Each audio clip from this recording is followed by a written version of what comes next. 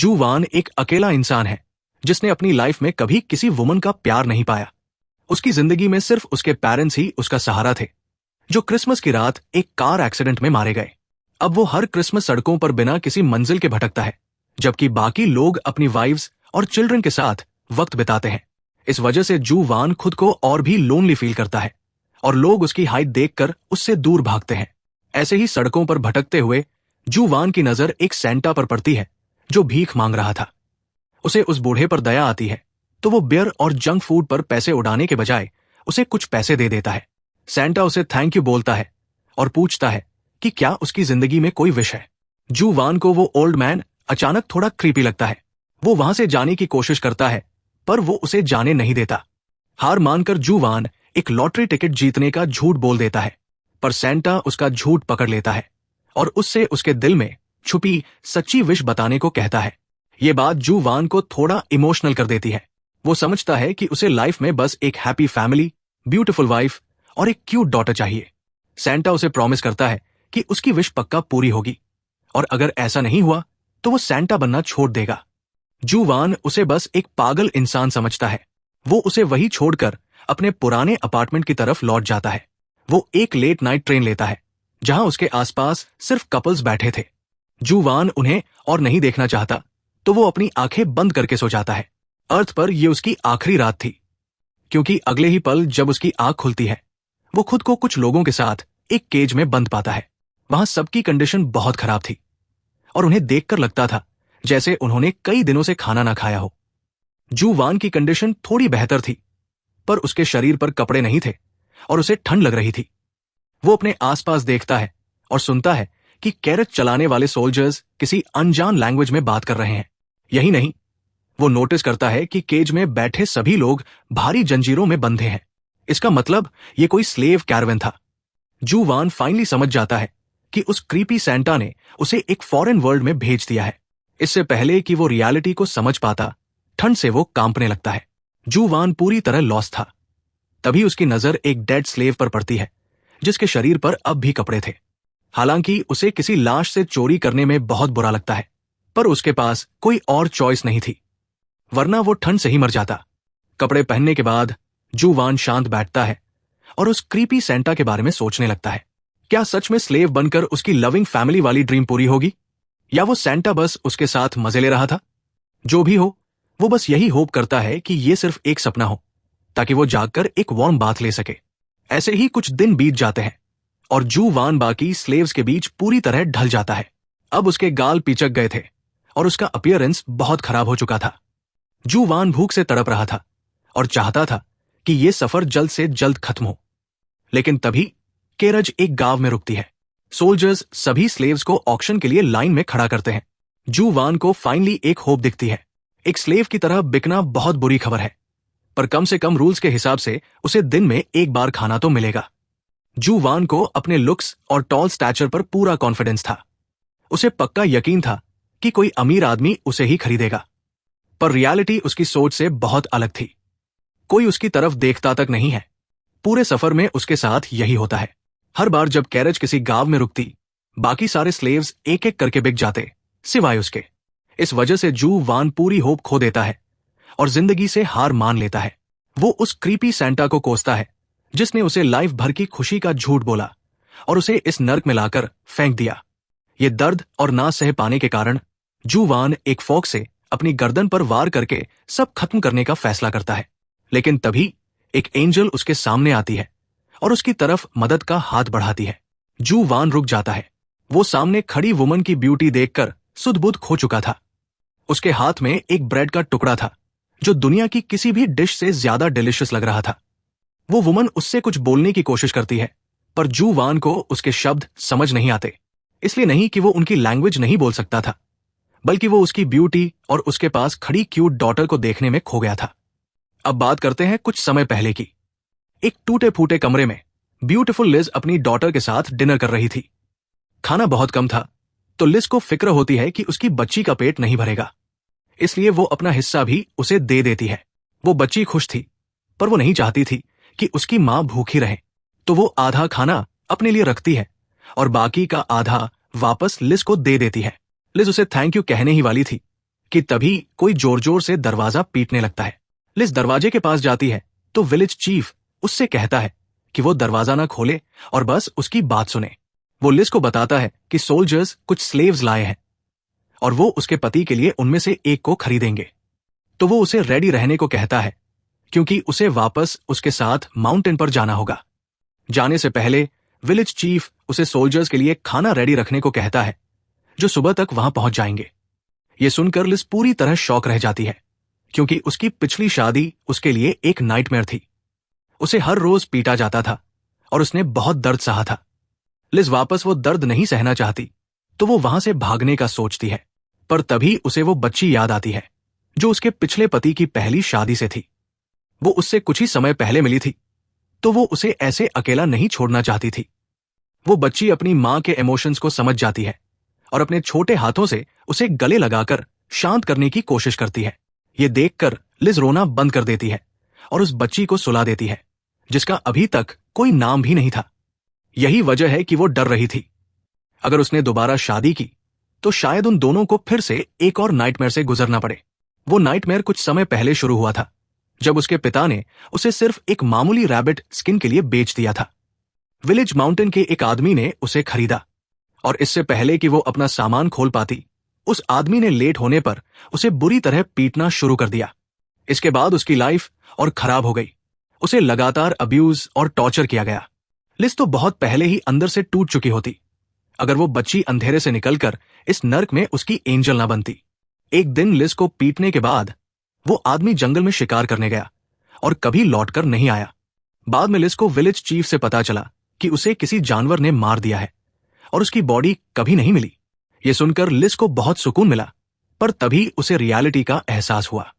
इस पिछड़े समय में बिना पति के एक औरत का कोई वजूद नहीं था और वो खुद से कुछ नहीं कर सकती थी। इसीलिए लिज ने अपने नाइटमेयर का सामना करने का फैसला किया क्योंकि वो अपनी डॉटर का साथ नहीं छोड़ सकती थी। अगली सुबह लिज तैयार होती है और कुछ पीसेस ऑफ ब्रेड पकाती है। वो खाना लेती है और बाहर जाती है जहां कैरेजेस खड़े हुए थे। वहां उसकी नजर एक आदमी पर पड़ती है जो अपनी गर्दन में फोक डालकर अपनी जान लेने की कोशिश कर रहा था। ये बात लिज को अपने प्रीवियस हस्बैंड के ट्रॉमेटिक एक्सपीरियंसेस की याद दिलाती है। उसने भी एक बार फोक से अपनी जान देने का सोचा था, पर वो ऐसा नहीं कर पाई। इसलिए लिज बिना झिझके उस आदमी की तरफ दौड़ती है और उसे भी ऐसा करने से रोकती है। फिर वो उसके सूखे गाल और बिखरे हेयर देखकर उसे एक पीस ऑफ ब्रेड देती है। पर इससे पहले कि लिज कुछ कह पाती, विलेज चीफ वहां आता है।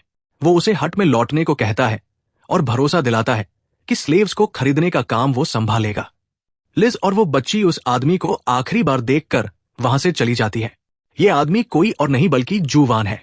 उसे यकीन नहीं होता कि जान देने के वक्त किसी ने उसे खाने को दिया। जू वान सब भूल जाता है। उसका पूरा फोकस सिर्फ फूड पर था।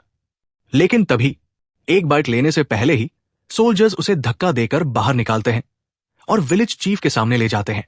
जू वान और दो और स्लेव्स जमीन पर घुटने टेकते हैं और सोल्जर्स उन्हें घेर लेते हैं। तभी एक सोल्जर नाइफ निकालता है और उनके हाथों पर कट लगाकर खून निकालता है। फिर वो उस खून को 2 पेपर पर लगाता है जो नीली रोशनी में ग्लो करने लगते हैं। ये देखकर जू वान पूरी तरह शॉक हो जाता है और सोचता है कि क्या ये कोई मैजिक है। ये बात उसे इस वर्ल्ड को लेकर और क्यूरियस कर देती है जहां स्लेवरी लीगल है और लोग मैजिक भी कर सकते हैं। कॉन्ट्रैक्ट्स साइन होने के बाद एक सोल्जर विलेज चीफ के कान में कुछ कहता है। वो हाँ में सिर हिलाता है और जू वान की कंडीशन चेक करने आगे बढ़ता है। अब बात करते हैं मां बेटी की जो अपनी हट में वापस आ चुकी थी। गांव की एक औरत उन्हें कुछ दिनों का राशन देती है। वो लिज को बताती है कि उसका नया हस्बैंड उनकी लैंग्वेज नहीं जानता तो बात करने में प्रॉब्लम हो सकती है। वो औरत नोटिस करती है कि लिज अभी भी ट्रॉमेटाइज्ड है, इसलिए वो बताती है कि उसका नया पति भले ही कॉमनर हो पर उसके हाथ नोबल्स जितने सॉफ्ट है। वो उसे भरोसा दिलाती है कि कोई उसके प्रीवियस हस्बैंड को पसंद नहीं करता था, वो बस उसे झेल रहे थे क्योंकि वो एक माउंटेन कीपर था। तो वो लिज से कहती है कि अगर उसका नया हस्बैंड भी इस काम में अच्छा निकला तो उनकी लाइफ आराम से कट जाएगी। लिज कहती है कि उसे नहीं चाहिए कि उसका पति बहुत अच्छा हो, वो बस उम्मीद करती है कि वो वायलेंट इंसान ना हो। लेकिन तभी विलेज चीफ दरवाजा खोलता है और लिज के नए हस्बैंड को हट के अंदर लाता है। लिज हैरान रह जाती है कि ये वही आदमी है जो कुछ देर पहले अपनी जान ले रहा था। इतने करीब से देखकर लिज को एहसास होता है कि वो कितना बड़ा है, जिससे वो थोड़ा डर जाती है। जू वान भी नोटिस करता है कि ये वही वुमन है जिसने उसे खाना दिया था, पर उसे समझ नहीं आता कि वो इतना काम क्यों रही है। इससे पहले कि वो कुछ समझ पाता, विलेज चीफ उसका हाथ पकड़कर उसे लिज और उसकी डॉटर के बगल में खड़ा कर देता है। फिर वो जबरदस्ती दोनों के हाथ मिला देता है, जिससे वो एक ऑकवर्ड न्यूली मैरिड कपल जैसे लगते हैं। जू वान को उनकी कोई बात समझ नहीं आ रही थी, पर वाइब्स और अपनी पोजीशन देखकर वो समझ जाता है कि उसकी शादी इस औरत से कराई जा रही है। ये उसे उस क्रीपी सेंटा की याद दिलाता है। उसे एहसास होता है कि सेंटा सच में एक क्यूट रैबिट जैसी वाइफ और अडोरेबल मॉन्गूज जैसी डॉटर देने का झूठ नहीं बोल रहा था। जू वान फाइनली अपनी ड्रीम जीकर खुश था, पर उसे उस क्रीपी सेंटा पर बहुत गुस्सा भी आता है, जिसने उसे इतनी ट्रबल में डाला। जू वान खुद से वादा करता है कि अगर वो सेंटा उसे दोबारा मिला तो वो उसका जीना हराम कर देगा। जू वान का गुस्से वाला चेहरा देखकर लिज और बच्ची डर जाते हैं, जो पहले ही अपने पास्ट से बहुत ट्रॉमेटाइज थे। दूसरी तरफ विलेज चीफ जू वान को एनर्जी से भरा देखकर खुश था, क्योंकि माउंटेन कीपर की जॉब बहुत टफ होती है और कोई स्ट्रांग इंसान ही इसे कर सकता है। इसीलिए वो जू वान को टेस्ट करने का फैसला करता है कि वो इस लायक है या नहीं। वो एक विलेजर को जू वान के सामने भेजता है, जो हैंडशेक से उसकी ताकत मापना चाहता था। भले ही जू वान को लैंग्वेज नहीं आती थी, पर वो उनकी मंशा समझ गया, तो उसने भी अपना पूरा जोर लगा दिया। उस विलेजर को तुरंत पछतावा होता है, क्योंकि जू वान ने लगभग उसका हाथ तोड़ दिया था, और ऐसा लग भी नहीं रहा था कि उसने कोई मेहनत की हो। विलेज चीफ बहुत सैटिस्फाइड होता है। अब बारी थी हंटिंग स्किल्स चेक करने की। चीफ उसे एक बो देता है और एक वाइल्ड रैबिट का शिकार करने को कहता है। जू वान ने लाइफ में कभी बो नहीं पकड़ा था। उसने सिर्फ ओलंपिक्स में लोगों को इसे चलाते देखा था। वो उनकी नकल उतारते हुए एक एरो चलाता है, जो रैबिट को लगतेलते बचता है। फिर भी विलेज चीफ उसकी शूटिंग स्किल्स से सैटिस्फाइड था और उसके लिए ताली बजाता है। जू वान को अभी भी समझ नहीं आ रहा था कि क्या चल रहा है। तभी लिज और वो बच्ची हाथ में बास्केट लिए उसके पास आते हैं। जू वान को वो बहुत ब्यूटीफुल लगती है। उसे यकीन नहीं होता कि ये अब उसकी ब्राइड है। ये सोचकर जू वान ब्लश करने लगता है, जिसे देखकर विलेज चीफ समझ जाता है कि इस बंदे ने लाइफ में कभी किसी औरत का प्यार नहीं देखा। तो वो उन्हें अकेला छोड़ने का फैसला करता है, ताकि वो एक दूसरे के साथ कंफर्टेबल हो सके। उनके जाने के बाद लिज और भी एंग्शियस हो जाती है। उसे नहीं पता था कि अपने नए हस्बैंड के साथ कैसे रहें, पर वो जानती थी कि उसे अपनी वाइफ वाली ड्यूटीज निभानी होंगी। इसलिए वो जमीन पर एक कपड़ा बिछाती है और बास्केट से खाना निकालकर उसे परोसती है। वो उस बच्ची और खुद के लिए भी थोड़ा हिस्सा निकालती है। साथ बैठकर खाते हुए माहौल काफी ऑकवर्ड था, और जू वान को भी नहीं पता था कि इसे कैसे ठीक करे। वो उनकी लैंग्वेज नहीं बोल सकता था, तो वो खुद को इंट्रोड्यूस भी नहीं कर पाया। इस बात पर वो उस क्रीपी सेंटा को और गालियां देता है, जिसने उसे ऐसी अनजान जगह फेंक दिया। पर वो अंदर से खुश भी था, क्योंकि सेंटा की मदद के बिना उसे ऐसी फैमिली कभी नहीं मिलती। खाना खत्म होने के बाद विलेज चीफ वापस आता है, ताकि उन्हें उनके माउंटेन कैबिन तक ले जा सके। माउंटेन का रास्ता काफी लंबा और खड़ा था, जिसकी वजह से कमजोर माम बेटी बहुत थक गए। जू वान देखता है कि वो दोनों स्ट्रगल कर रही है, तो वो उनकी मदद करने का फैसला करता है। आखिर अब वो इस फैमिली का हेड था। वो लिज के पास जाता है, जो तुरंत डर जाती है कि वो क्या करने वाला है। जू वान एक जेंटलमैन था, जो कंसेंट के बिना किसी औरत को हाथ नहीं लगाता, पर ना तो उसे लैंग्वेज आती थी और ना ही समझाने का टाइम था। तो वो बस उन दोनों को उठा लेता है और चोटी की तरफ चलने लगता है। चलते हुए उसे एहसास होता है कि वो कितनी कमजोर है। उनका वजन ना के बराबर था। ये बात उसे लैंग्वेज सीखने के लिए और मोटिवेट कर देती है, ताकि वो उनसे बात कर सके और उन्हें अच्छा खाना खिलाकर हेल्दी बना सके। भले ही लिज नहीं जानती थी कि वो क्या सोच रहा है, पर वो उसके चेहरे पर डिटर्मिनेशन देख सकती थी। इससे उसका डर थोड़ा कम हो जाता है, यहां तक कि वो उसके चेहरे से पसीना भी पोंछने लगती है। जल्द ही वो सब माउंटेन टॉप पर पहुंच जाते हैं, जहां जू वान रास्ता दिखाने के लिए विलेज चीफ को थैंक यू कहता है। विलेज चीफ के जाने के बाद जू वान उस माउंटेन कैबिन को देखता है, जहां उसे अब रहना था। वो टूटी फूटी कैबिन बहुत ही बुरी कंडीशन में थी। ये देखकर जू वान काम जाता है कि उसे शायद फिर से ठंड में सोना पड़ेगा। ठंड को कोसते हुए वो कैबिन के अंदर जाता है, जहां वो लिज को आंखों में आंसू लिए बुरी तरह डरा हुआ खड़ा पाता है। वो पूछना चाहता था कि क्या हुआ, पर लिज उसके बगल से भाग जाती है और उसे वहां अकेला छोड़ देती है। कुछ दूर भागने के बाद लिज एक लेक के पास रुकती है, जहां वो उस वजह का खुलासा करती है कि वो वहां से क्यों भागी थी। असल में किसी ने कैबिन में घुसकर सब कुछ चुरा लिया था। चाहे वो क्रॉकरी हो, टेबल, बो, हैमर, नाइफ या फिर उनका फार्मिंग हो, सब कुछ छिन जाने से वो टूटा हुआ कैबिन भी ठीक नहीं कर सकती। इसका मतलब उन्हें बिना किसी बचाव के वाइल्ड बीस्ट्स के बीच ठंड में सोना पड़ेगा। लिज अपने फ्यूचर को लेकर होपलेस फील कर रही थी, लेकिन तभी जू वान वहां आता है और उसे पाकर खुश होता है। वो देखता है कि लिज रो रही है, तो वो उसके पास बैठता है और उसे कंसोल करने के लिए उसके सिर पर हाथ रखता है। भले ही लिज को उसकी बातें समझ नहीं आती, पर वो उसके इमोशंस को महसूस कर सकती थी। ये बात लिज को खुशी देती है, पर वो अब भी हेल्पलेस थी। उसे नहीं पता था कि वो इस भयानक जगह पर कैसे सर्वाइव करेंगे। उनका कैबिन पूरी तरह टूट चुका था और उसका नया हस्बैंड ऐसा नहीं लगता था जिसने लाइफ में कभी मैन्युअल लेबर किया हो, पर यह काम तो वो खुद भी कर सकती थी। असली प्रॉब्लम थी फूड की कमी, और इसके लिए उन्हें हंट करना था। पर जू वान को देखकर नहीं लगता था कि उसे वेपन्स चलाने आते हैं, लेकिन नेगेटिव थॉट्स के बाद भी उसके दिल को शांति मिल रही थी। जू वान को देखकर उसे रिलीफ मिलता है। उसे यकीन था कि वो उनके लिए सब ठीक कर देगा। ये फीलिंग्स लिज को ओवरवेल्म कर देती है और उसके आंसू छलक पड़ते हैं। जू वान उसे कुछ देर रोने देता है और बताता है कि अपने ओरिजिनल वर्ल्ड में उसने बचपन में ही अपने पेरेंट्स खो दिए थे। भले ही वर्ल्ड होपलेस लगता था, फिर भी उसने हार नहीं मानी और उसे खुशी है कि उसने ऐसा किया, वरना वो उससे कभी नहीं मिल पाता। यही वजह है कि वो उसे और उसकी डॉटर को लाइफ भर प्रोटेक्ट करना और हर खुशी देना चाहता है। लिज उसके शब्द नहीं समझ सकती थी, पर वो जानती थी कि वो उसकी केयर करता है। ये देखकर वो अपना सारा डर छोड़कर जू वान को गले लगा लेती है और खूब रोती है। पर जब वो बच्ची अपनी मां को रोते देखती है, तो उसे लगता है कि जू वान ने भी उसके पिछले पिता की तरह उसे रुलाया है। इसलिए वो लिज को बचाने और जू वान से दूर ले जाने की कोशिश करती है, लेकिन तभी जू वान उसे भी खींचकर गले लगा लेता है।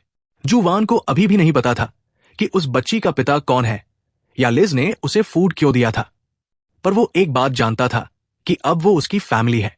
तो वो खुद से प्रॉमिस करता है कि वो बेस्ट हस्बैंड और बेस्ट डैड बनेगा। वो उन्हें बेस्ट लाइफ देगा ताकि उन्हें कभी रोना ना पड़े। इस ट्रॉमा बॉन्डिंग के बाद वो सब कैबिन वापस लौटते हैं। वहां सभी ऑकवर्ड होकर चुपचाप बैठे थे। उन्हें नहीं पता था कि एक दूसरे के सामने रोने के बाद अब क्या बात करें। आखिर में जू वान खुद को इंट्रोड्यूस करके इस खामोशी को तोड़ने का फैसला करता है। चूंकि उन्हें कोरियन नहीं आती थी, तो वो अपना नाम धीरे धीरे बोलता है ताकि वो समझ सके। अच्छी बात यह थी कि लिज और वो बच्ची दोनों क्लेवर थी और वो तुरंत उसका नाम सही बोल लेती है। फिर वो उनकी तरफ इशारा करके उनका नाम पूछता है। लिज पहले अपना नाम और उसे बोलने का तरीका बताती है। जू वान उसके नाम की तारीफ करता है और फिर उस बच्ची से भी उसका नाम पूछता है। वो बच्ची शांत रहती है क्योंकि उसके पिछले पिता ने कभी उसका नाम नहीं रखा था, और उस आदमी के मरने के बाद लाइफ इतनी हेक्टिक थी कि लिज ने भी उसे कोई नाम नहीं दिया। जू वान सोच भी नहीं सकता था कि किसी का नाम ही ना हो, तो वो खुद उसका नाम रखने का फैसला करता है। वो कुछ नाम सोचता है और आखिर में डॉरथी चुनता है, जो उसकी favourite childhood story wizard of ounce से था। बच्ची को यह नाम बहुत पसंद आता है और वो इतने प्यारे नाम के लिए जू वान को थैंक यू बोलती है। जू वान भी खुश था और चाहता था कि वो उसे किताबों की डॉरथी की तरह एक प्रिंसेस वाली लाइफ दे। शाम को जू वान बाहर लकड़ियां काट रहा था ताकि रात में फायरप्लेस जला सके। लिज उससे थोड़ा दूर खड़ी आज हुई सारी बातों को याद कर रही थी। वो धीरे से उसका नाम बोलती है, जो सुनने में बहुत एलिगेंट लगता था, भले ही वो ऐसी लैंग्वेज का था जिसके बारे में वो कुछ नहीं जानती थी। ये बात उसे क्यूरियस करती है कि जू वान असल में कौन है और कहां से आया है। बचपन से लेकर आज तक किसी भी आदमी ने उसके साथ सही बर्ताव नहीं किया था, चाहे वो उसके पिता हो या बाद में उसका हस्बैंड। यही वजह है कि वो समझ नहीं पा रही थी कि जू वान उसके लिए इतना काइंड क्यों है। जब लिज अपनी सोच में डूबी थी, जू वान उसे दूर खड़े नोटिस करता है। वो हाथ हिलाकर उसे बुलाता है और उसका नाम भी पुकारता है। ये सुनकर वो अपने ग्लूमी थॉट से बाहर आती है और पहली बार जू वान को ध्यान से देखती है। वो नोटिस करती है कि उसके ब्लैक हेयर और ब्लैक आइज है, जो उस लेजेंड से मिलते जुलते थे जो उसने हाल ही में सुनी थी। उस लेजेंड के हिसाब से एक दूर के किंगडम में जंग चल रही थी, तो उन्होंने किसी दूसरी दुनिया से एक हीरो को समन करने का फैसला किया और उस हीरो के भी ब्लैक हेयर और ब्लैक आइज थे। पर वो तुरंत इन ख्यालों को झटक देती है, क्योंकि कोई हीरो इस तरह के पिछड़े गांव में नहीं आएगा, और ऊपर से किसी का स्लेव तो बिल्कुल नहीं बनेगा। जब वो उसकी आइडेंटिटी के बारे में सोच रही थी, जू वान उसके पास आ चुका था। करीब से देखने पर उसे एहसास होता है कि उसके हेयर और आइज ब्राउन शेड के हैं, तो वो बस एक नॉर्मल इंसान है जो बाकी लोगों से थोड़ा लंबा है। ये सोचकर उसके दिल को शांति मिलती है, पर वो थोड़ी एम्बेरस्ड भी होती है कि आखिर वो ऐसा सोच भी कैसे सकती है। जू वान उसके इन मिक्स्ड इमोशंस को देखकर मुस्कुराता है और प्यार से उसके सिर को सहलाता है। लिस को उसका टच बहुत पसंद आता है और वो अंदर से काफी वार्म फील करती है। उसके रिलैक्स चेहरे पर वो और भी अडोरेबल लग रही थी, जो जू वान को एक फूल पर मंडराने वाले भंवरे की तरह अट्रैक्ट करती है, और वो धीरे से उसके लिप्स पर एक लाइट किस कर देता है। इस सडन किस से लिज हैरान रह जाती है। उसने कभी नहीं सोचा था कि जू वान ऐसा कुछ करेगा।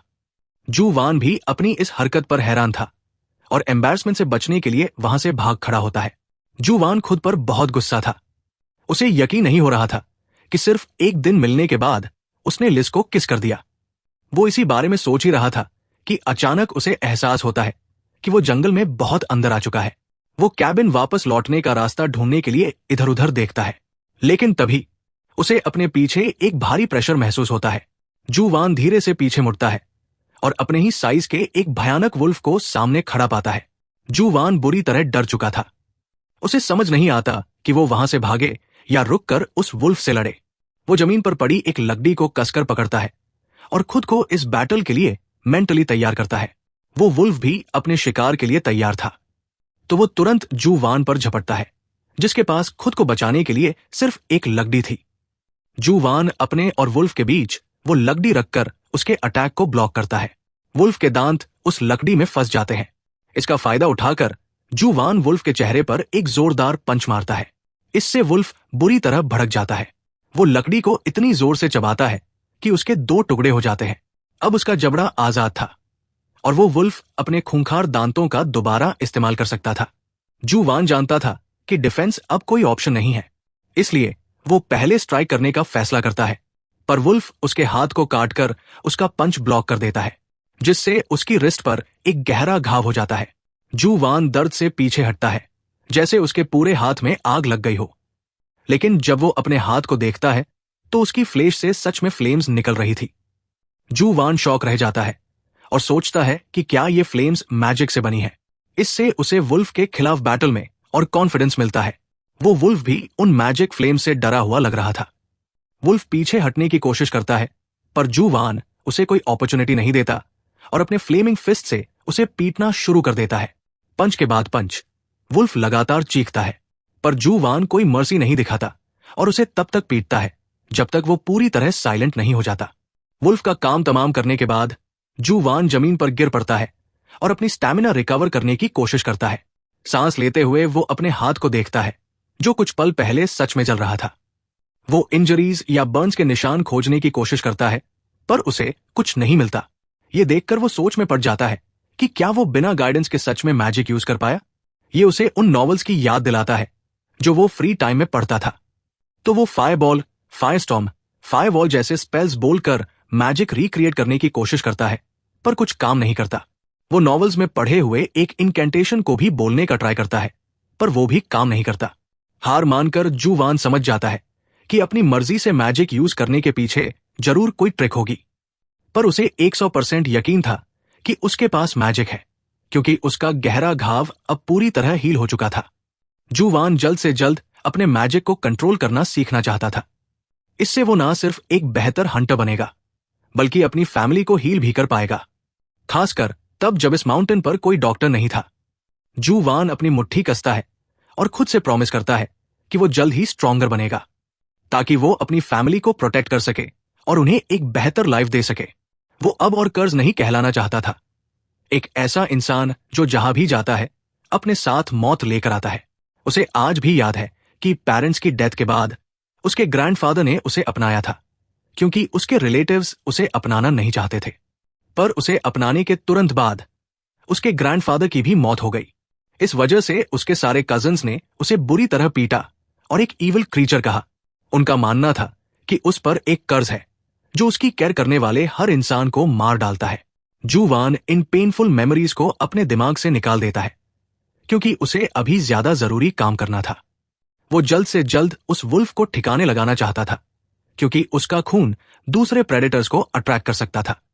तो वो वुल्फ को अपने शोल्डर्स पर उठाता है और माउंटेन कैबिन की तरफ ले जाता है, ताकि अपनी फैमिली के लिए उसका मीट तैयार कर सके। घर पर लिज और डॉरथी डिनर की तैयारी कर रही थी, लेकिन तभी उनकी नजर विंडो से घूरते एक वुल्फ के सिर पर पड़ती है। डॉरथी रोने लगती है, क्योंकि वो प्रेडेटर उसके लिए बहुत डरावना था। उसकी आवाज सुनकर लिज तुरंत एक नाइफ उठाती है, ताकि डॉरथी को उस खतरे से बचा सके। लिज डरते हुए विंडो के बाहर देखती है, पर उसे ये देखकर राहत मिलती है कि वो सिर्फ जू वान था, जो वुल्फ को अपने शोल्डर्स पर उठाए हुए था। लेकिन तभी वो उसके चेहरे की इंजरीज नोटिस करती है और भागकर बाहर आती है। उसे समझने में देर नहीं लगती कि जू वान ने किसी बड़े खतरे का सामना किया है, वरना वो इतनी बुरी तरह इंजर्ड नहीं होता। जू वान उसे शांत करने की कोशिश करता है और बताता है कि ये बस कुछ माइनर स्क्रैचेस हैं और अब सब ठीक है। लिज उसके शब्द नहीं समझ सकती थी, पर वो महसूस कर सकती थी कि वो उसे तसल्ली दे रहा है। वो तुरंत उसे गले लगा लेती है। ये देखकर जू वान सरप्राइज हो जाता है। उसने नहीं सोचा था कि लिज कभी ऐसा करेगी। डॉरथी भी उसके घुटनों से लिपट जाती है और बताने की कोशिश करती है कि वो उसके लिए कितनी वरीड थी। भले ही वो एक दूसरे की लैंग्वेज नहीं बोल सकते थे, जू वान समझ जाता है कि वो दोनों उसके लिए बहुत डरी हुई थी। ये बात उसे उदास कर देती है। उसने खुद से प्रॉमिस किया था कि वो उन्हें कभी रोने नहीं देगा, पर एक दिन भी नहीं बीता और उसने अपना वादा तोड़ दिया। अगली सुबह सबके शांत होने के बाद जू वान वुल्फ की हाइड उतारकर और बोन से मीट अलग करके अपना काम शुरू करता है। जू वान अपने ग्रैंडफादर को देखता था, जिन्हें जानवरों का शौक था, और वो स्पेशल ओकेजन पर खुद ही बुचरिंग करते थे, इसलिए उसे बेसिक टेक्निक्स तो पता थी। पर उसे एहसास होता है कि बुचरिंग असल में बहुत मुश्किल है, जितना उसके ग्रैंडफादर दिखाते थे। भले ही ये हार्ड था, पर अपनी फैमिली के लिए उसे ये करना ही था। वो वापस काम पर लगने ही वाला था कि तभी लिज बान में आती है और उसे मीट रखने के लिए एक बास्केट देती है। जू वान उसकी मदद से खुश था और उसे थैंक यू बोलना चाहता था, पर उसकी प्रोनाउंसिएशन बहुत ऑकवर्ड थी। तो लिज उसे सही से बोलना सिखाती है। लिज बहुत खुश होती है, क्योंकि लाइफ में पहले कभी किसी ने उसे थैंक यू नहीं कहा था। ये बात लिज को एहसास दिलाती है कि जू वान के साथ उसके कितने सारे फर्स्ट टाइम मोमेंट हुए हैं, फिर चाहे वो उसका पहला थैंक यू हो या उसका पहला किस। पर यह सोचकर वो हैरान भी होती है कि क्या ये जू वान का भी पहला किस था, या उसने पहले भी किसी वुमन को किस किया है। एक वुमन होने के नाते उसे उस इंसान से जलन हो रही थी जिसे जू वान का पहला किस मिला होगा। ये बात उसे थोड़ा उदास कर देती है और उसका दिल गलत दिशा में भटकने लगता है, पर वो खुद को वापस रियलिटी में लाती है, क्योंकि उसे अभी बकेट में मीट रखने में जू वान की मदद करनी थी। पर जू वान उसे कोई भी डर्टी वर्क नहीं करने देता। ये देखकर लिज और भी कंफ्यूज हो जाती है, क्योंकि ये तो एक वुमन का काम माना जाता है। फिर भी जू वान इसे ऐसे कर रहा था जैसे ये उसके लिए आम बात हो। लेकिन तभी जू वान उसके पास आता है और उसके चेहरे के करीब झुकता है। इससे लिज का दिल एक्साइटमेंट से धड़कने लगता है। वो सोचती है कि क्या वो उसे फिर से लिप्स पर किस करने वाला है। लिज तुरंत अपनी आंखें बंद कर लेती है, पर जू वान सिर्फ उसके फोरहेड पर किस करता है। एक मैच्योर किस की उम्मीद करने पर लिज को खुद पर ही बेवकूफी महसूस होती है। जू वान ये छोटी सी डिटेल नोटिस कर लेता है, तो वो एक बार फिर आगे झुकता है, पर इस बार लिज जानबूझकर अपनी आंखें खुली रखती है, क्योंकि वो वापस उसके झांसे में नहीं आना चाहती थी। हालांकि इस बार जू वान का उसे फंसाने का कोई इरादा नहीं था। वो सीधा उसके लिप्स पर किस कर देता है। ये देखकर लिज शॉक रह जाती है।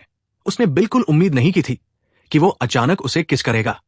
लिज पहले ही बहुत एम्बेरस थी, लेकिन तभी उसकी नजर डॉरथी पर पड़ती है। वो सोचती है कि क्या बच्ची ने उन्हें देख लिया। अपनी एम्बेरसमेंट को ना रोक पाने के कारण लिज किसी लूनी ट्यून कैरेक्टर की तरह बान से भाग जाती है। अब जबकि लिज मदद के लिए वहां नहीं थी, डॉरथी को जू वान की मदद करने की जरूरत महसूस होती है। भले ही उसके छोटे हाथ ज्यादा काम नहीं आते, फिर भी जू वान उसे थैंक यू कहता है। यह सुनकर वो छोटी बच्ची बहुत खुश होती है। जू वान मीट की बकेट उठाता है और मेन कैबिन के अंदर जाता है। वहां रॉटिंग स्मेल की वजह से बहुत गंदी बदबू आ रही थी। जू वान को समझ नहीं आता कि लिज घर के अंदर उस हाइड को क्यों सुखा रही है, पर जब वो उसे उस स्किन को साफ करते देखता है तो वो समझ जाता है कि ये स्किन उसके लिए बहुत प्रेशियस होगी। ये सब देखकर जू वान खुद को बहुत नाइव फील करता है, क्योंकि इस वर्ल्ड के बारे में वो अभी बहुत कुछ नहीं जानता। उसकी प्रीवियस लाइफ में जो चीजें नॉर्मल मानी जाती थी वो इस वर्ल्ड में बहुत प्रेशियस है। इसलिए उसे ना सिर्फ अपनी मेंटालिटी बदलनी होगी बल्कि यहाँ के ट्रेड और मनी के काम करने का तरीका भी सीखना होगा, क्योंकि बेसिक फाइनेंस नॉलेज के बिना चालाक लोग कभी ना कभी उसके साथ स्कैम जरूर कर देंगे। तो जब लिज मीट को क्योर करने में बिजी थी, जू वान वुड्स में जाकर कुछ एक्स्ट्रा वर्क करने का फैसला करता है। लिज उसे रोकने की कोशिश करती है क्योंकि उसे डर था कि वो फिर से इंजर्ड हो सकता है, पर जू वान उसे भरोसा दिलाता है कि इस बार वो सिर्फ ट्रीज काटने जा रहा है तो वो सेफ रहेगा। वुड्स के अंदर जू वान को एक छोटा ट्री मिलता है और वो उस पर प्रैक्टिस करने का सोचता है। नॉर्मली वो एक ओक ट्री खोजना चाहता था क्योंकि वो फायरप्लेस के लिए बेस्ट माना जाता है, पर दुर्भाग्य से उसे ट्रीज की पहचान नहीं थी, तो वो जो सामने था उसी पर फोकस करता है। कट लगाने की जगह मार्क करके जू वान अपनी एक्स पर ग्रिप टाइट करता है और ट्री पर वार करता है, पर उसकी ग्रिप अभी भी लूज थी और एक्स उसके हाथ से फिसल जाती है। जू वान एम्बेरस्ड फील करता है और इधर उधर देखता है कि किसी ने उसे देखा तो नहीं। कुछ घंटों बाद जू वान लकड़ी के लॉग से भरा एक सैक लेकर वापस लौटता है। भले ही उसने लिज से सेफ रहने का प्रॉमिस किया था, पर एक्स चलाना बहुत डिफिकल्ट टूल था जिससे उसे कई बार चोट लग जाती है। लिज घबरा जाती है और तुरंत उसके वूंड्स का इलाज करने के लिए दौड़ पड़ती है। डॉरथी भी लिज की नकल करके जू वान की मदद करना चाहती है। वो जार से थोड़ा पानी लेती है और उस पर छिड़कने लगती है ताकि वो रिफ्रेश्ड फील करे। हालांकि ऐसा करते हुए वो बहुत मैस कर देती है, फिर भी जू वान उसकी फीलिंग्स की कद्र करता है और उसके सिर को थपथपाता है। वूंड्स का इलाज होने के बाद वो तीनों डिनर टेबल पर बैठते हैं और लिज कल शिकार किया हुआ वुल्फ मीट परोसती है। फैमिली लंबे समय बाद मीट खाकर बहुत खुश थी, खासकर डॉरथी जो इतना ज्यादा खा लेती है कि तुरंत फूड कोमा में चली जाती है। जू वान सोती हुई डॉरथी को उठाकर बेड पर ले जाता है ताकि वो ठंड से बचे और पीसफुली सो सके। इस बीच लिज जू वान के लिए पानी गर्म करती है ताकि वो अपनी बॉडी से सारी डर्ट और थकान धो सके। इस वर्ल्ड के मेडिवल टाइम्स में वाइफ को खुद वॉश क्लॉथ से अपने हस्बैंड को क्लीन करना होता है। लिज जू वान को पोंछने की कोशिश करती है और उसे ये केयर बहुत अच्छी लग रही थी, पर ऐसा करते हुए लिज बहुत एम्बेरस्ड फील करती है क्योंकि उसके चिजल्ड मसल्स उसे बार बार डिस्ट्रैक्ट कर रहे थे। जू वान खुद को थोड़ा चीकी फील करने से नहीं रोक पाता। वो उसका हाथ पकड़ता है और एक किस के लिए आगे झुकता है। ये सडन किस एक इंटीमेट मोमेंट में बदल जाता है और ये न्यूलीवड कपल अपनी फीलिंग्स नहीं रोक पाते और आगे जो हुआ वो हिस्ट्री है। ये पहली बार था जब लिज इतनी पीसफुली सोई थी। इससे पहले जब वो बच्ची थी तब भी हर रात उसके लिए एक ट्रॉमेटिक एक्सपीरियंस होती थी। उसकी फैमिली बहुत पुअर थी, इसलिए वो सब एक ही रूम शेयर करते थे। इस वजह से उसके पेरेंट्स को इंटीमेट मोमेंट्स बिताने में मुश्किल होती थी, जिससे फ्रस्ट्रेटेड होकर उसके पिता उसकी मां को उनके सामने ही अब्यूज करते थे। हर सुबह जब वो उठते तो उनकी मां ब्रूस्ड होती थी और चुपचाप रो रही होती थी। हर रात लिज अपने फ्यूचर को लेकर डरती थी कि कहीं एक दिन उसकी हालत भी अपनी मां जैसी ना हो जाए। पर फॉर्चुनेटली वो जू वान से मिली, एक ऐसा इंसान जो उसे क्वीन और उसकी डॉटर को प्रिंसेस की तरह ट्रीट करता था। हर सुबह वो उन जलते हुए लॉग्स की आवाज से उठती है जो रात भर उन्हें वार्म रखते थे। हर सुबह वो उस इंसान की बाहों में उठने की उम्मीद करती थी जो उसके लिए इतना काइंड था। लिज जानती थी कि कपल्स के बीच की रातें इतनी स्वीट नहीं होती, इसलिए वो उस खुशी के हर पल को चेरिश करती है जो जू वान ने उसे दी थी। सुबह जब सब सो रहे थे, लिज बेड से उठती है और अपनी यूजुअल हाउस चोर्स करने लगती है। भले ही वो जू वान के कंफर्टेबल एम्ब्रेस से निकलना नहीं चाहती थी, पर उसे अपनी ड्यूटीज निभानी थी क्योंकि यही एक तरीका था जिससे वो उसकी केयर का एहसान चुका सकती थी। उसकी ट्रेडिशनल थिंकिंग के बावजूद जू वान एक मॉडर्न एज का इंसान था, तो वो भी बेड से उठता है और आग बुझाने से लेकर बाकी बेसिक टास्क्स में उसकी मदद करने लगता है। वो हाल ही में सीखी गई थोड़ी बहुत लैंग्वेज का इस्तेमाल करके उससे बात करने की कोशिश भी करता है। इसमें हनी जैसे शब्द शामिल थे, जिससे लिज बहुत एम्बेरस्ड हो जाती है क्योंकि उसे अभी तक इतना प्यार पाने की आदत नहीं थी। पर इससे जू वान उसे और ज्यादा टीज करने लगता है। उसे लिज के चेरी जैसे लाल चेहरे को देखना बहुत पसंद था। जब ये कपल एक दूसरे के साथ फ्लर्ट कर रहे थे, डॉरथी भी नींद से उठ जाती है। इसलिए नहीं कि उसने उनकी आवाज सुनी, बल्कि उसे मीट खाना था जिसका सपना वो रात भर देख रही थी। उसे डर था कि सुबह उठने पर कहीं सारा मीट गायब ना हो जाए। हालांकि जब वो बकेट में देखती है कि सारा मीट वही है, तो उसे राहत मिलती है और वो ब्रेकफास्ट के लिए एक्साइटेड हो जाती है। उस छोटी बच्ची को मीट के लिए इतना खुश देखकर जू वान फॉरेस्ट में और ज्यादा हंट करने के लिए पैशनेट हो जाता है। उसे परवाह नहीं थी कि उसका सामना वुल्व से हो या लायन से। वो बस इतना चाहता था कि उसकी फैमिली के पास हमेशा खाने के लिए मीट रहे। इसीलिए इस बार वो अपने साथ एक एक्स भी लाता है, जो एक मामूली स्टिक से कहीं बेहतर वेपन था। अपनी एक्स को टाइटली पकड़कर जू वान फॉरेस्ट में गहराई तक जाता है। वहां उसे एक हैवी प्रेजेंस महसूस होती है, जो उस मॉन्स्ट्रस वुल्फ से भी ज्यादा डरावनी थी। ये महसूस होते ही जू वान अपनी एक्स को और कसकर पकड़ लेता है और उस बीस्ट के बाहर आने का इंतजार करता है। पर एक बीस्ट की जगह वहां से एक हुडेड मैन बाहर आता है। कुछ समय पहले ये हुडेड मैन फॉरेस्ट में घूम रहा था। तभी उसकी नजर खून के निशानों पर पड़ती है, जो वुल्फ जैसे किसी बड़े जानवर के लग रहे थे। ये देखकर वो ओल्ड मैन हैरान रह गया। वो क्यूरियस था कि गांव का कौन सा ग्रुप वुल्फ का हंट करने माउंटेन्स पर आया है। तभी वो उन लोगों को ढूंढने के लिए माउंटेन पर स्टॉक करने का फैसला करता है। पर कुछ दिन स्टॉक करने के बाद उसे सिर्फ जू वान मिलता है, जिसकी ह्यूज बिल्ड और स्ट्रॉन्ग मसल्स थी। शुरुआत में हुडेड मैन को लगा कि शिकार जू वान ने ही किया होगा, पर जब उसने उसकी एक्टिविटीज को ऑब्जर्व किया तो उसे समझ आया कि जू वान ठीक से एक एक्स भी नहीं चला सकता। इससे उसकी कंफ्यूजन और बढ़ गई। इसलिए आज उसने खुद जू वान को कॉन्फ्रंट करने का फैसला किया था। लेकिन जब उसने फाइनली जू वान को करीब से देखा तो उस ओल्ड मैन ने उसके हाथ पर वुल्फ के बाइट मार्क नोटिस किए। उसे यकीन नहीं हो रहा था कि इतना गहरा वाउंड इतनी जल्दी हील कैसे हो सकता है। असल में कोई नॉर्मल विलेजर तो इन्फेक्शन से कुछ ही दिनों में मर जाता, क्योंकि माउंटेन पर कोई डॉक्टर्स नहीं थे। पर अब जू वान उसके सामने खड़ा था और उसकी बॉडी पर चोट का एक निशान तक नहीं था। इसका सिर्फ एक ही मतलब था कि जू वान एक मेज है, और वो भी बहुत पावरफुल। ये जानकर उस ओल्ड मैन को बहुत खुशी होती है, जो अपना रिवेंज लेने की उम्मीद लगभग छोड़ चुका था। पर अब उसे जू वान मिल गया था, जो एक टैलेंटेड मैजिशियन है। वो जानता था कि अगर उसने सही से चाल चली तो वो फाइनली अपना रिवेंज ले पाएगा। हुडेड मैन भले ही अब बूढ़ा लगता हो, पर अपनी यूथ में जब वो एनर्जी से भरा था, उसने एक नोबल की टेरिटरी का माउंटेन केयरटेकर बनने का फैसला किया था। इस जॉब में बहुत बड़ी अपॉर्चुनिटी थी। अगर कभी वॉर हुई तो उसे सोल्जर के रूप में बुलाया जाएगा, और अगर उसने अच्छा काम किया तो नोबल उसे ऑफिशियल स्टेटस देकर एक आम कॉमनर से एलीट बना सकता है। इसी तरह वो इस माउंटेन पर आया, जिसके नीचे रिसोर्सेज से भरा एक पीसफुल विलेज था। पर बस एक ही प्रॉब्लम थी। फायरवुड जमा करने के लिए विलेजर्स को फॉरेस्ट के बहुत अंदर जाना पड़ता था। फॉरेस्ट एक डरावनी जगह थी और ज्यादातर विलेजर्स कभी लौटकर नहीं आते थे। तो माउंटेन कीपर बनने के बाद उस हुडेड मैन को भी लकड़ियां लाने के लिए घने फॉरेस्ट में अंदर जाना पड़ता था। लेकिन एक दिन वो बहुत अंदर चला गया और बुरी तरह इंजर्ड हो गया, यहां तक कि उसका एक पैर भी टूट गया। चूंकि एक माउंटेन कीपर के हाथ पैर सही होने चाहिए, उस हुडेड मैन की ड्रीम लाइफ वही खत्म हो गई। वो पहले ही डिस्पेयर में डूब चुका था। तभी उसका सामना गॉब्लिन से हुआ। ये मॉन्स्टर्स की एक ऐसी स्पीशीज है जो ह्यूमन विमेन को किडनैप करके अपने चिल्ड्रन पैदा करवाती है। हुडेड मैन मुश्किल से अपनी जान बचा पाया, पर अपनी इंजरीज की वजह से उसे रिटायर होना पड़ा और उसने अपनी पूरी लाइफ गांव में बिता दी। पर पिछले 20 सालों में एक भी दिन ऐसा नहीं गया जब उसने गॉब्लिन से नफरत ना की हो। यही वजह है कि वो अपना रिवेंज लेने के मौके की तलाश में रहा, जब तक कि वो फाइनली जू वान से नहीं मिला। जू वान उसकी लाइफ में होप लेकर आया।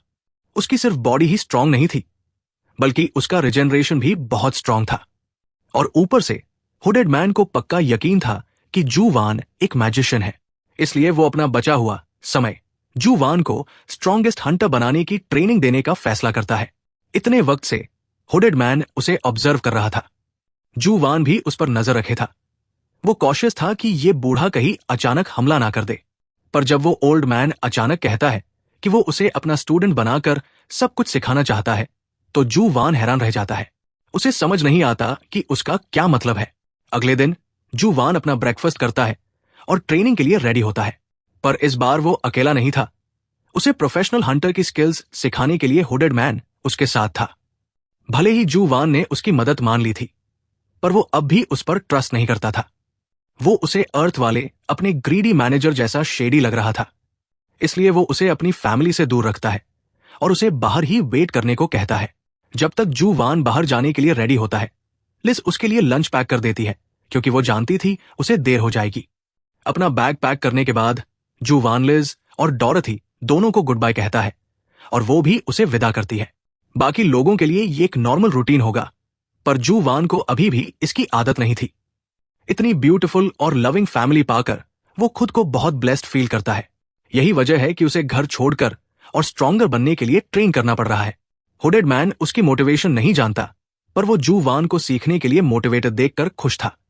वो बस जू वान से गॉब्लिन्स की बात छुपाना चाहता था, जब तक कि कॉन्ट्रैक्ट ना बन जाए। एक बार कॉन्ट्रैक्ट बन गया तो जू वान गॉब्लिन से डरकर भी भाग नहीं पाएगा। वो ओल्ड मैन जू वान को फॉरेस्ट के अंदर ले जाता है और उसे अपने चलने के तरीके को फॉलो करने को कहता है। जू वान उसे ध्यान से देखता है, जो एक रैंडम पैटर्न में चल रहा था और पीछे कोई भी निशान नहीं छोड़ रहा था। जू वान उसके स्टेप्स कॉपी करने की कोशिश करता है। वो सोचता है कि क्या ये वो फुटवर्क है जिसके बारे में उसने मार्शल आर्ट्स कॉमिक्स में पढ़ा था। ओल्ड मैन मुस्कुराते हुए देखता है जब जू वान उसके मूवमेंट्स और फुटवर्क को बड़े ऑकवर्ड तरीके से कॉपी करता है। एक कंफ्यूजिंग ट्रेल छोड़ना सिखाने के बाद हुडेड मैन उसे फॉरेस्ट में सर्वाइव करने की और भी टेक्निक सिखाता है। वो उसे छूकर और देखकर ट्रीज के बीच फर्क करना सिखाता है। वो उसे फॉरेस्ट को मैप करना और खो जाने पर बाहर निकलना भी बताता है। वो उसे फॉरेस्ट में नेविगेट करने और दूसरे वाइल्ड एनिमल्स और हंटर से बचने के लिए अपने कान और आंखों का इस्तेमाल करना भी सिखाता है। वो तब तक ट्रेन करते हैं जब तक वो एक क्लिफ पर नहीं पहुंच जाते। वहां ओल्ड मैन उसे सांस लेने और खुद को रिचार्ज करने के लिए एक स्मॉल ब्रेक देता है। जू वान फाइनली रिलैक्स होकर खुश था। अब वो लिज का सुबह पैक किया हुआ लंच एंजॉय कर सकता था। उस लंच में एक फ्राइड एग और कुछ पीसेस ऑफ स्टेक थे, जो एक थकाऊ दोपहर के लिए एकदम परफेक्ट थे। लेकिन इससे पहले कि वो एक बाइट भी लेता, ओल्ड मैन उसे बॉक्स बंद करने का ऑर्डर देता है, क्योंकि खाने की अननेचुरल सेंट दूसरे जानवरों को अलर्ट कर सकती थी। इससे जू वान का दिल टूट जाता है, जो सच में अपनी वाइफ के हाथ का लंच खाना चाहता था। पर रूल्स तो रूल्स है, इसलिए ओल्ड मैन उसे वापस खड़ा होने को कहता है, क्योंकि उन्हें अभी और रास्ता तय करना था। जल्द ही वो अपनी डेस्टिनेशन पर पहुंच जाते हैं, जो माउंटेन पर लकड़ियों से बनी एक छोटी सी हट थी। ये ओल्ड मैन का घर था, जो अंदर से एक बड़ा बो निकालकर जू वान के हाथ में देता है। जू वान ने लाइफ में कभी ऐसा बो नहीं देखा था।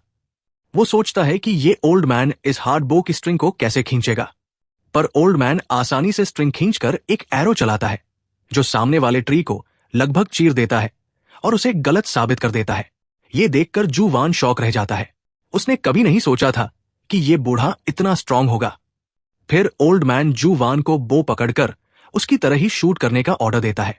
हालांकि जू वान ने पहले कभी ऐसा बो नहीं पकड़ा था, तो उसे एरो शूट करने के प्रॉपर फॉर्म में स्ट्रगल करना पड़ता है। ओल्ड मैन पेशेंट रहता है और खुद उसका पोस्चर सीधा करके उसकी हर मिस्टेक ठीक करता है। हर मिस्टेक के साथ जू वान नई चीजें सीखता है, जो उसकी टेक्निक इंप्रूव करने में मदद करती है। और भले ही उसने कभी आर्चरी नहीं की थी, पर वो जल्दी ही इसमें अच्छा होने लगता है। दूसरी तरफ जब जू वान उस हुडेड मैन के साथ ट्रेनिंग में बिजी था, डॉरथी अपने बचपन के एक नाइटमेयर से जागती है। उसे डर था कि कहीं लिज और जू वान भी उसे आगे चलकर ना छोड़ दे, जैसे उसके पिछले मां बाप ने किया था। उठने के बाद वो तुरंत लिज को ढूंढने भागती है, पर उसे वो कहीं नहीं मिलती।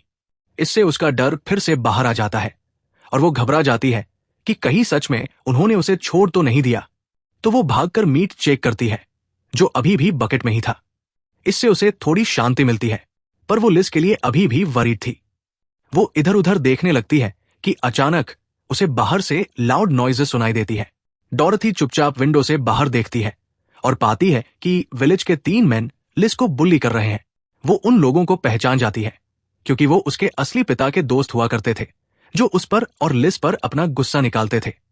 इससे वो वरीड हो जाती है कि कहीं वो लोग लिज को भी ना पीट दें। वो उसकी मदद करना चाहती थी, पर वो कुछ भी करने से बहुत ज्यादा डरी हुई थी। इस बीच लिज बाहर उन मैन को समझाने की कोशिश करती है कि उसने कुछ नहीं चुराया है और ये सब खुद उसके हस्बैंड ने हंट किया है। पर वो तीनों उसकी बात नहीं मानते और उसे एक ईविल विच बुलाते हैं, जिसकी वजह से उसके पिछले हस्बैंड की मौत हुई थी। और अब जब उसकी शादी नए आदमी से करा दी गई है, तो वो दूसरों का खाना चुराकर उसे भी मरवाने की कोशिश कर रही है। पर लिज के समझाने का कोई फायदा नहीं होता। वो उसे धक्का देकर खुद तलाशी लेने घर में घुस जाते हैं। वहां उन्हें वुल्फ की स्किन मिलती है, जिसे देखकर वो खुश हो जाते हैं, क्योंकि ये बहुत महंगी बिकेगी। उन्हें बकेट में बहुत सारा मीट भी मिलता है। वो हैरान थे कि क्या सच में एक स्लेव ने अकेले वुल्फ का शिकार किया। वो सब कुछ ले जाने वाले थे, लेकिन तभी लिज उन्हें रोकती है। वो कहती है कि वो अपने हस्बैंड की कीमती चीजें उन्हें चुराने नहीं देगी। ये सुनकर वो तीनों मैन और भी भड़क जाते हैं। वो उसे ताना मारते हैं कि जब उसका हस्बैंड नहीं था तब वो चुप रहती थी, पर अब नया हस्बैंड मिलते ही उसमें लड़ने की हिम्मत आ गई है। बिना कोई परवाह किए उनमें से एक आदमी उसे पंच मारकर गिरा देता है। वो बाकी दोनों से सारा कीमती सामान उठाकर निकलने को कहता है। लिज जमीन पर गिर पड़ती है। वो उठने ही वाली थी कि उसे बेड के नीचे छुपी डॉरथी दिखती है। लिज जानती थी कि अगर वो नीचे ही रही तो वो लोग डॉरथी को भी ढूंढ लेंगे और उसे चोट पहुंचाएंगे। उसे समझ नहीं आ रहा था कि क्या करे। लेकिन तभी रेड हेड मैन पूछता है कि अगर माउंटेन कीपर को अपनी वाइफ के बारे में पता चला तो क्या होगा। ब्लॉन्ड मैन भी माउंटेन कीपर से पंगा नहीं लेना चाहता था, इसलिए वो उसे हमेशा के लिए चुप करने का फैसला करता है। फिर वो कैबिन को जलाने का सोचता है ताकि किसी को असली बात पता ना चले। ये सुनकर बाकी दोनों मुस्कुराते हैं। उन्हें एहसास होता है कि वो बेकार में डर रहे थे, क्योंकि माउंटेन कीपर तो उनकी लैंग्वेज भी नहीं समझता, इसलिए वो अपनी वाइफ से कोई भी जानकारी नहीं निकाल पाएगा। बेड के नीचे छुपी डॉरथी बस उन बुरे लोगों को अपनी मां को ले जाते हुए देख सकती थी। उनके जाने के बाद वो बाहर आती है और जोर जोर से जू वान का नाम पुकारने लगती है। उसे उम्मीद थी कि वो सुनकर वापस आएगा और लिज को बचा लेगा। अब बात करते हैं जू वान की। वो अपनी ट्रेनिंग खत्म करके घर लौटने ही वाला था कि उसे दूर से किसी के रोने की आवाज आती है। जू वान सब कुछ छोड़कर अपने घर की तरफ दौड़ता है। उसे डर था कि कहीं डॉरथी और लिज के साथ कुछ बुरा ना हो गया हो। घर की तरफ भागते हुए उसका सामना उन तीन मेन से होता है जो लिज को जबरदस्ती अपने साथ ले जा रहे थे। ये देखकर जू वान का दिमाग खराब हो जाता है। वो एक पागल जानवर की तरह उन पर झपटता है। वो सबसे पहले रेड हेड मैन को पंच मारता है, जो तुरंत बेहोश होकर गिर पड़ता है। फिर वो उस मोटे आदमी के चेहरे पर एक जोरदार घुटना मारता है, जिससे उसकी नाक टूट जाती है। ब्लॉन्ड मैन का रिएक्शन सबसे फास्ट था, तो वो साइड से पंच मारने की कोशिश करता है, पर जू वान उसे डॉज करके जमीन पर पटक देता है। फिर वो उसके चेहरे पर एक स्ट्रॉन्ग पंच मारता है और रुक जाता है। उसे एहसास होता है कि वो किसी वाइल्ड एनिमल की तरह बर्ताव कर रहा था, पर उस ब्लॉन्ड मैन को उसकी सिंपैथी रास नहीं आती। वो पास पड़ी एक साइड उठाता है ताकि जू वान पर अटैक कर सके, पर जू वान तुरंत एक्शन लेता है और साइड के गर्दन तक पहुंचने से पहले ही उसका हाथ पकड़ लेता है। वो उसका हाथ तोड़ने ही वाला था कि तभी ओल्ड मैन उसे रोकता है। वो उसे याद दिलाता है कि उसकी डॉटर उसे देख रही है और बहुत डरी हुई है। ये सुनकर जू वान खुद घबरा जाता है। वो वुल्फ को देखकर भी इतना नहीं डरा था। वो लिज की तरफ मुड़ता है। उसे लगा कि वो भी उससे डरी हुई होगी। उसकी आंखें, जिनमें कुछ पल पहले मैडनेस भरा था, अब ऐसी लग रही थी जैसे वो रोने वाला हो। लिज उससे झूठ नहीं बोल सकती थी कि वो बिल्कुल नहीं डरी। उसे एक मैड एनिमल की तरह मारते देखकर लिज को अपने प्रीवियस हस्बैंड की याद आ गई, जो बिल्कुल ऐसा ही था। इस बात ने लिज को डरा दिया था कि अगर एक दिन जू वान ने भी उसे ऐसे ही पीटा तो क्या होगा। पर जब वो जू वान की आंखों में देखती है तो उसे रेज नहीं, बल्कि अपनी फैमिली के लिए एक डीप कंसर्न नजर आता है। ये देखकर लिज को यकीन हो जाता है कि चाहे जो हो, जू वान हमेशा उन्हें प्रोटेक्ट करेगा, और वो बिना बात के डर रही थी। इसीलिए लिज जू वान का हाथ पकड़कर अपने चेहरे पर रखती है और उसकी वार्मथ महसूस करने की कोशिश करती है। वो जू वान की काइंडनेस को महसूस कर सकती थी, तो वो भी उसे दुनिया के बुरे लोगों से बचाने के लिए थैंक यू बोलती है। जू वान लिज को गले लगाता है और वो भी उसे कसकर पकड़ लेती है। जब ये कपल अपना रोमांटिक मोमेंट एंजॉय कर रहा था, तभी उनकी नजर डॉरथी पर पड़ती है। उन्हें याद आता है कि वो अपनी डॉटर को तो भूल ही गए, तो वो रोमांस छोड़कर तुरंत डॉरथी के पास जाते हैं, जो उस ब्रूटल वायलेंस से पूरी तरह हिल चुकी थी। इससे उसे अपने डेडबीट फादर का ट्रॉमा याद आ गया था, जो उसे और उसकी मां को पीटता था। यही वजह है कि जब डॉरथी ने उन तीन ईविल मैन को लिज को पीटते देखा तो वो डर गई कि कहीं वो उसे भी ना पीटे। इसीलिए वो बाहर आकर मदद करने से डर रही थी। डॉरथी नहीं चाहती थी कि लिज उससे नफरत करे और उसे छोड़ दे, इसलिए वो बेड के नीचे छुपने और मदद ना करने के लिए उससे अपोलोजाइज करने की कोशिश करती है। उसकी बातें सुनकर लिज का दिल टूट जाता है और वो तुरंत डॉरथी को गले लगा लेती है। वो उसे टाइटली हग करती है और भरोसा दिलाती है कि उसने कुछ गलत नहीं किया। लिज उसे ये भी बताती है कि उसे उस पर प्राउड है, क्योंकि उसने खतरे से बचने के लिए तुरंत छुपने की समझदारी दिखाई। ये सुनकर डॉरथी रिलैक्स हो जाती है, पर वो अभी भी जूवान से थोड़ी डरी हुई लग रही थी। लिज उसे शांत करने के लिए याद दिलाती है कि उसे डरने की जरूरत नहीं है, क्योंकि उसके डैड उसे प्रोटेक्ट करेंगे। डॉरथी कंफ्यूज हो जाती है और लिज से कहती है कि उसके डैड तो माउंटेन्स में मारे गए, तो वो उसे कैसे बचाएंगे। लिज उसकी मासूमियत पर हंस पड़ती है। फिर वो उसे समझाती है कि वो उसके डेडबीट एब्यूजिव फादर के नहीं, बल्कि जू वान की बात कर रही है। डॉरथी को समझ नहीं आता कि जू वान उसका फादर कैसे हो सकता है। इस पर लिज जवाब देती है कि वो उसकी स्टेप मदर है, इसलिए उसका हस्बैंड जू वान डॉरथी का स्टेप फादर हुआ। ये जानकर डॉरथी बहुत एक्साइटेड हो जाती है। उसे यकीन नहीं होता कि जू वान अब उसका नया फादर है। जू वान दुनिया का बेस्ट मैन था, जो ना सिर्फ टॉल और स्ट्रांग था, बल्कि बहुत काइंड भी था। डॉरथी ने कभी नहीं सोचा था कि अपने डेडबीट फादर को खोने के बाद उसे जू वान जैसा हैंडसम फादर मिलेगा। तो वो तुरंत भागकर उसके पास जाती है और उसे डैडी बुलाने लगती है। जू वान को समझ नहीं आता कि डॉरथी क्या कह रही है, पर वो महसूस कर सकता था कि ये फादर शब्द के करीब था, तो वो उसे खुद से टकराने देता है। बच्ची उसे कसकर गले लगाती है और उसे छोड़ना नहीं चाहती थी। जू वान किसी भी गर्ल डैड की तरह बहुत खुश था, तो वो उसे गोद में उठाने ही वाला था कि तभी उसे कुछ अजीब सी स्मेल आती है। उसे ये समझने में देर नहीं लगती कि डर की वजह से डॉरथी ने शायद अपने कपड़े गीले कर दिए हैं, पर वो इस मोमेंट को खराब नहीं करना चाहता, तो वो फिर भी उसे उठा लेता है और उसे जितना चाहे उतना हग करने देता है। लिज भी उनके साथ जुट जाती है और पूरी फैमिली सुकून का ये पल एंजॉय करती है। लेकिन तभी डॉरथी की नजर उन रॉबर्स और चोरी हुए मीट के बकेट पर पड़ती है। ये देखकर वो सब भूल जाती है और एक चीता की तरह भागकर उस बकेट पर टूट पड़ती है। वो जल्दी से ढक्कन खोलकर चेक करती है कि सारा मीट सेफ है या नहीं, और ये कंफर्म करने के बाद वो फिर से बहुत खुश हो जाती है। दूर खड़े जूवान और लिज उसकी इस हरकत पर हंस पड़ते हैं। वो समझ जाते हैं कि डॉरथी का मीट के लिए प्यार दुनिया में सबसे बढ़कर है। इस बात से जूवान और भी ज्यादा मोटिवेटेड हो जाता है।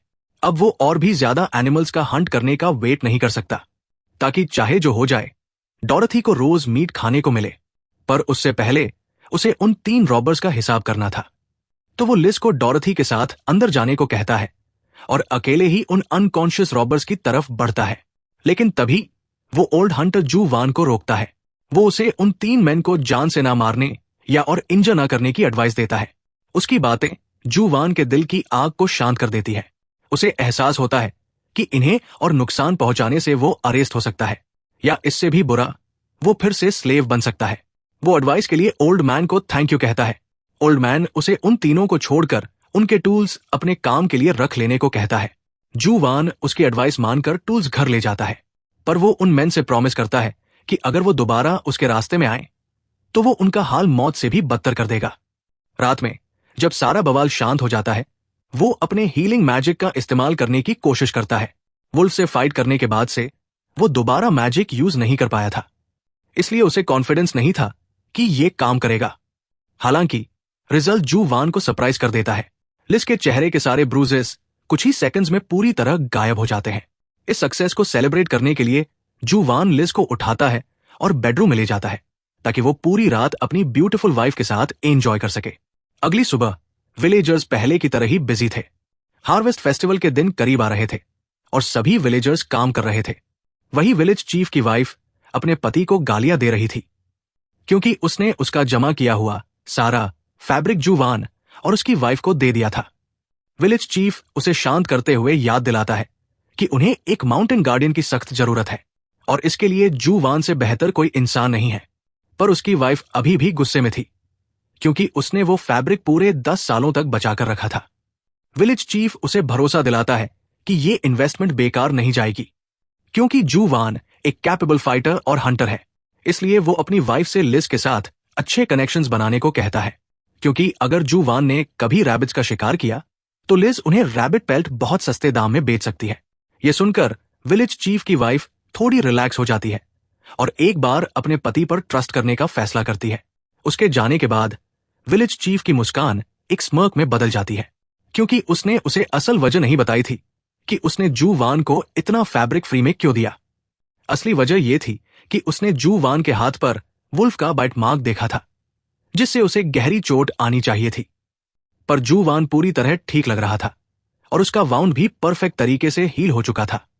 विलेज चीफ जानता था कि सिर्फ हीलिंग मैजिक ही किसी को इतनी जल्दी हील कर सकता है, तो पक्का जू वान एक हीलिंग मेज है, क्योंकि पूरे काउंटी में, गांव तो छोड़िए, हीलिंग मैजिक करने वाला कोई और इंसान नहीं है। ये बात विलेज चीफ के दिल में लालच जगा देती है। वो समझ जाता है कि अगर उसने जू वान को किसी वेल्दी नोबल को बेच दिया तो वो इस कर्स्ड विलेज से बाहर निकल पाएगा और एक बिग सिटी में लक्जरीज से भरी हैप्पी लाइफ जी सकेगा। यही वजह है कि उसने अपनी वाइफ को भी ये बात नहीं बताई।